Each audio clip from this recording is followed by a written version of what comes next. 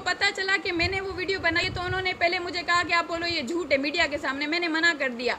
फिर और उन्होंने मुझे ये कहा कि निसार अहमद सिद्दीकी के बेटे पे लगा दो कि ये इसने बनाई ये वीडियो, क्योंकि वो उनको साइड करना चाह रहे थे कि उनको निकाल दें और हम आगे आ जाएं। फिर जब मैंने नहीं मानी तो रजिस्ट्रार ने मुझे ऑफर्स देने की कोशिश की कि हम आपको जो है ना डबल प्रमोशन देंगे, पैसे, घर। फिर मैंने मना कर दिया तो उस बंदे ने 4 दिन मुझे किडनैप करके हॉस्टल में रखा, गार्ड्स को भी छोड़ दिया। इंटरनल हॉस्टल में मेल अलो नहीं होते, लेकिन उन्होंने रजिस्ट्रार जाहिद खंड और लेटर्स निकालने वाला और उन पे साइन करने वाला वाइस चांसलर था, क्योंकि रजिस्ट्रार अगर कोई एक्शन ले रहा है तो उसका जिम्मेदार वीसी भी होगा, क्योंकि वो उन लेटर्स पे सिग्नेचर किए जा रहा था। फिर उन्होंने 8 से 10 गार्ड्स विथ गन्स के साथ उन्होंने मेरे रूम के बाहर छोड़े और वो मुझे धमकाना शुरू हो गए। उन्होंने कहा कि अगर आपने इनकी बात नहीं मानी तो हम आपको बेहोश कर देंगे, आपको जहर दे देंगे। और फिर वहाँ पे जो वार्डन थी वो मुझे बार बार आके ये बोल रही थी, आप सुसाइड तो नहीं करेंगी ना, आप सुसाइड तो नहीं करेंगी ना, मतलब एक चीज़ मेरे माइंड में डाल रही थी। ऐसे ही 4 दिन उन्होंने रखा, फिर भी मैं नहीं हट रही थी, हर तरह की उन्होंने धमकियाँ दी, फिर भी मैंने नहीं मानी। तो फिर उन्होंने क्या किया, चौथे दिन पे इरफान समो को बुलाया, वहाँ पे वो फीमेल पुलिस के साथ आ गए। उनके पास कोई कोर्ट का ऑर्डर नहीं था, वो कमेटी इलीगल थी, एक करप्ट लोगों की कॉल पे उनका, मतलब पुलिस का काम क्या होता है, एसएसपी इरफान समो, पुलिस का काम होता है हमें प्रोटेक्ट करना, लेकिन ये वो पुलिस है जो करप्ट लोगों के 2 पैसों पे चलती है। उसकी एक फ़ोन पे वो वहीं पे सखर आईबी में आ गया और मुझे कहने लग गया, आपने वीडियो बनाई है, हम आपको उठा के लेके जाएंगे और थाने में लेके जाएंगे और मैं आपको मरवा दूंगा, ऐसे मुझे धमकियां देना। और इतना हद से ज़्यादा उन्होंने मुझे प्रेशराइज किया। मुझे कहा कि जैसा ये बोल रहे हैं मानो, वरना आपके साथ बहुत बुरा होगा। मुझे इतना ज़्यादा प्रेशराइज किया कि मुझे समझ नहीं आ रही थी। अगर इनको मसला था, हुसैन अहमद सिद्दीकी के साथ मसला था कि उनको साइड करना है, तो मुझे विक्टिम करने की क्या ज़रूरत थी। वो सामने से आके मुकाबला करते, उनको यूज़ करते। फिर उन्होंने क्या किया, ज़बरदस्ती मेरी स्टेटमेंट ली कि जैसा आप बोल रहे हैं करो, और ज़बरदस्ती मेरी वीडियो बनाई।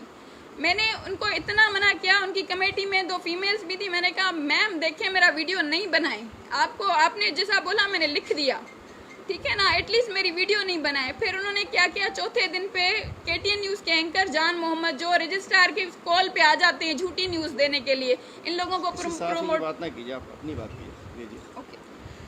तो उन्होंने क्या किया, मेरी न्यूज़ जो है ना, मेरी वो वीडियो सोशल मीडिया पे वायरल कर दी।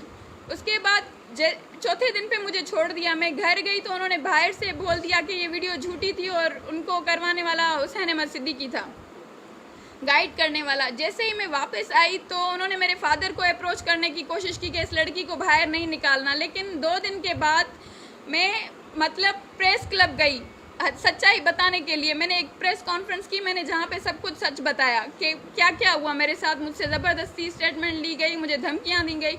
उसके बाद रजिस्ट्रार ने बहुत सारे मतलब लोगों को, मतलब बहुत पैसे उसने खिलाए बहुत लोगों को, मेरी न्यूज़ आगे तक नहीं गई।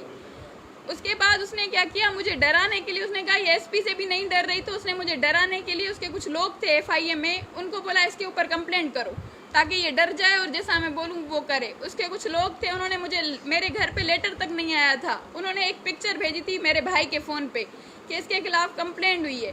जैसे ही मैं वहाँ पे गई FIA में तो इन्वेस्टिगेशन इंस्पेक्टर थे जमान सुमरो, जो जायद खंड को बहुत अच्छे से जानते हैं और उसके कुछ रिलेटिव्स वहीं पे काम भी करते हैं। और दूसरे थे एडिशनल डायरेक्टर अमजद अब्बासी, जिनके खुद के कज़न का नाम है शादाब अब्बासी, जो IPA के कैटरिंग के सारे कॉन्ट्रैक्ट्स लेते हैं।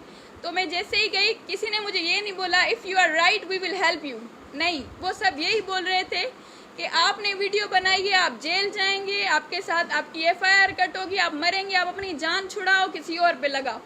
मैंने कहा सर एक बात बताएं, ये मैंने इतना बड़ा एक्शन क्यों लिया था कि करप्शन को ख़त्म किया जाए ना, या मुझे साइड होना था तो मैं वैसे ही अपनी जॉब कर रही थी।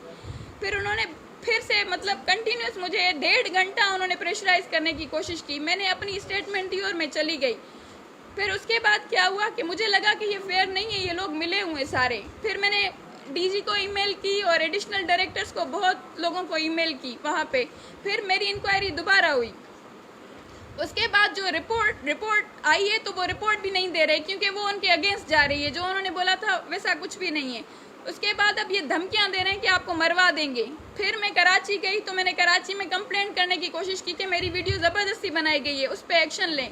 मेरी कोई कंप्लेंट नहीं ले रहा था। मैं 15 दिन वहाँ पे कंटिन्यूस जा रही थी कि सर मेरी कंप्लेंट लें, मेरी जान को खतरा है, वो मरवा देंगे मुझे, तो कोई नहीं ले रहा था। फिर मैंने वहाँ के जो इंचार्ज थे, मैंने उनके सामने फाइल रखी। मैंने कहा सर अगर आप ये नहीं लेंगे तो मेरे पास भी सोर्सेज है, मैं डीजी के पास जाऊँगी, मैं सर हलीम के पास जाऊँगी, मैं इमरान खान तक जाऊँगी, लेकिन मैं हटूँगी नहीं।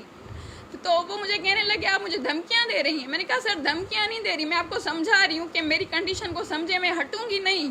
मैंने जो एक्शन लिया है उसको मैं आगे तक लेके जाऊँगी। फिर मैंने नफीसा शाह को अप्रोच करने की कोशिश की। मैंने उन्हें बहुत मैसेजेस किए, मैम मेरी जान को खतरा है, मेरी हेल्प करें। उन्होंने सारी डिटेल्स भी देखी, पढ़ी, सुनी, नो रेस्पॉन्स। ऐसे और भी बहुत लोग थे। फिर मुझे पता चला कि जो सर हलीम है, वो हलीम आदिल शेख, वो करप्शन के मामले में किसी को नहीं छोड़ते। फिर मैंने बहुत कोशिश करके मुझे पता चला कि मैं इनसे मिल सकती हूँ सिंध असेंबली में। फिर मैंने इन्हें अप्रोच किया। मुझे समझ नहीं आता, कहते ना जैसे जायद खान ने बोला था कि तुम 2 टके की मुझे नहीं गिरा सकती, वो भूल गया कि ऊपर वाला भी सब कुछ है, आप सब कुछ नहीं हो, खुदा सब कुछ है। खुदा का इंसाफ यही है कि एक इंसाफ करने वाले बंदे के पास मुझे फाइनली भेजा। मतलब 3 महीने हम लोग टॉर्चर में गुजर रहे हैं। हम कहाँ रह रहे हैं किसी को नहीं पता। सब लोगों ने हमें छोड़ दिया, सिर्फ मेरे साथ मेरा एक भाई है। मेरी गलती सिर्फ ये थी कि हम लोग इंसाफ चाह रहे थे। और आप मुझे तो छोड़ें, जो निसार अहमद सिद्दीकी ने इतना बड़ा इदारा बनाया, उसके घर वालों के साथ क्या किया? उनके ऊपर कर्फ्यू लगा दी गई, उनकी फैसिलिटीज छीन ली गई। उनकी जो बेवा थी उनको धमकियां दे रहे थे कि घर खाली करो, लेटर्स भेज दिए गए। और सबसे बड़ी बात, उनकी इज्जत सोशल मीडिया पे ख़राब की, वो लेटर्स भेज के। इनको इतना तक नहीं हुआ कि उस बंदे ने पूरी ज़िंदगी लगाई, हमारे जैसे हज़ारों बच्चों की लाइफ बनाई, उसने आपको इंसान बनाया। लेकिन आप लोग क्या कर रहे हो? अगर आपको इतनी तकलीफ थी, आप सामने से वार करो, उनको बोलो भाई निकलो आप IBA से। ये पीछे बुज़दिलों की तरह पीछे से क्या वार कर रहे हो? इस पे मैं